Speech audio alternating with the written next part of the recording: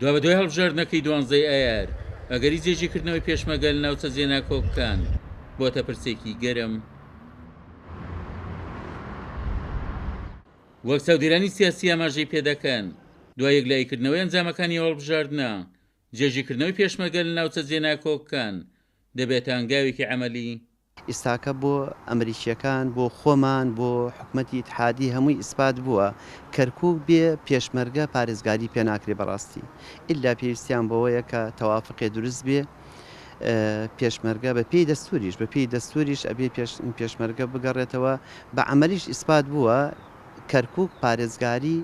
پێ ناکرێ بە یەک لایەن یعنی بەبەست یەک لایەن ینی بەس بە حکوومەتی ئیتحادی ناتوانێت پارێزگاری لە کەرکووک بکە لایەنە ئەسکەریەکە و ڕەنگی داوەتەوە لایەنە ئەمنیەکەش. دۆخی ئەمنی ناوچە دابڕێراوەکان تۆکمە بکرێتەوە ئەوش بە هەماهەنگی پێشمەرگە و سوپای عێراقە بێ. ئەمە بۆتە خواستێک لە لای ئەمریکیەکانش ڕۆژانە جەخت لەسەرەوە ئەکەنەوە ئەبێ دۆخی منطقە ناوچە دابڕێنراوەکان بە هەماهەنگی لەگەڵ پێشمەرگە بکرێ و پێشمەرگە بگەڕێتەوە بۆ ئەو شوێنانەی کە جاران لێی بوون و توانی بیان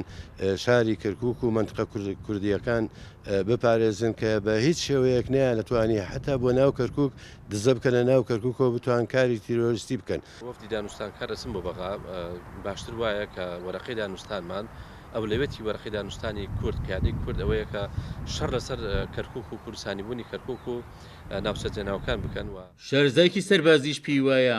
لە ئێستادا بۆشایەمنی لە ناوچە جێنا کۆکەکان هەیە و ڕاشی دەگەیەنەیە ئۆپەراسیۆنی تاکلایانی هێزە عێراقیەکان لەو ناوچانە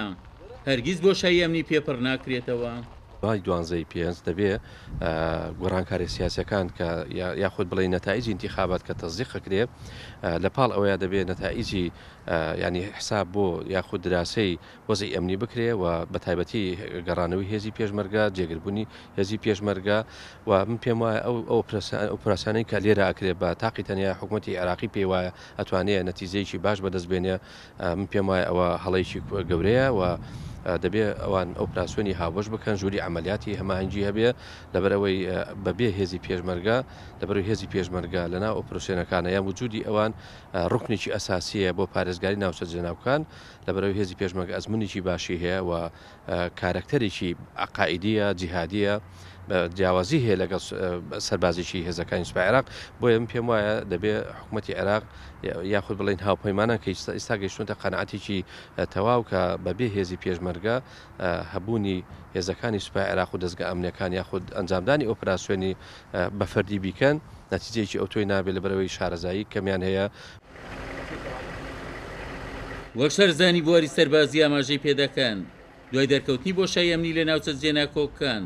کە بەوەی بۆشایی سەربازیەوە سەرچاوی گرتووە هاوپەیمانەتی نێودەوڵەتی دژی داعش گەیشتونەتە ئەو باوەڕێی کە بە بێبوونی هێزی پێشمەرگە ئاسایشی ناوچە جێنا کۆکەکان پارێزراو نابێت.